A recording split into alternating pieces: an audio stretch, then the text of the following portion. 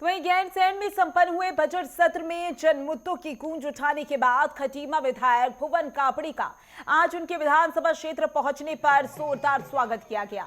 खटीमा के मुख्य चौक पर नगर और ब्लॉक कांग्रेस के कार्यकर्ताओं के साथ साथ महिला कांग्रेस और यूथ कांग्रेस के सदस्यों ने भारी उत्साह के साथ अपने विधायक का अभिनंदन किया।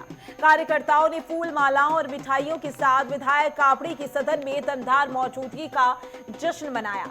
इस दौरान विधायक भुवन कापड़ी ने सरकार पर निशाना साधते हुए कहा, उन्होंने सदन में खटीमा के बग्गा चौवन को राजस्व ग्राम का दर्जा दिलाने, उपनल और मनरेगा कर्मचारियों के रोजगार को सुरक्षित करने और बढ़ते अपराध जैसे गंभीर मुद्दों को पुरजोर तरीके से उठाया।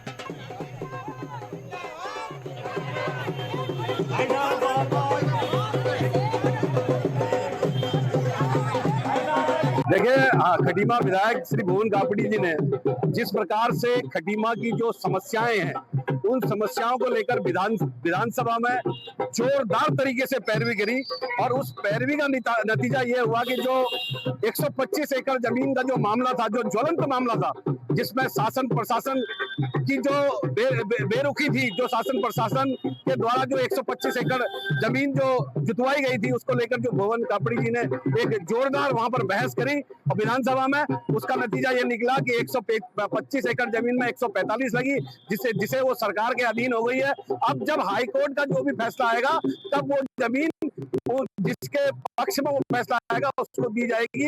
ये एक बहुत बड़ी उपलब्धि है।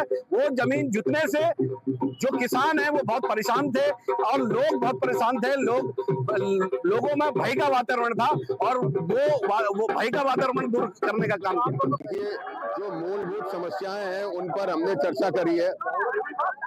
जो बजट था उसमें जो हमारे युवा आउटसोर्स से हैं, अतिथि शिक्षक हैं, उपनल के कर्मचारी हैं, मनरेगा के कर्मचारी हैं और उसके अलावा हाइड्रो पावर में है, ऊर्जा में है, हमने कहा सबसे पहले सरकार को उनकी रोजगार की सुरक्षा देनी चाहिए। उनको इस बात का पता नहीं कि किस दिन को उनसे कह दिया जाए कि तुम्हारी नौकरी खत्म हो गई है। तो सबसे पहले सरकार बजट में जो युवाओं का रोजगार जो है उस रोजगार की व्यवस्था करे। खटीमा में जो 125 एकड़ जमीन की खड़ी फसल जोती गई थी उसमें पीठ से आदेश हुआ, जब मैंने उठाया कि पीठ से आदेश हुआ है कि उसमें 145 की कार्रवाई होगी। अभी मैंने इस बारे में कल सोमवार को हम चर्चा भी करेंगे कि अभी आदेश जिला अधिकारी को भेजा या नहीं भेजा, इस बात में इसमें कल बातचीत करेंगे। इसके अलावा हमारे जो गांव जो वर्षों से लोग बैठे हुए हैं उसमें राजस्व गांव की मांग करी है, जिसमें बग्गा चौवन है,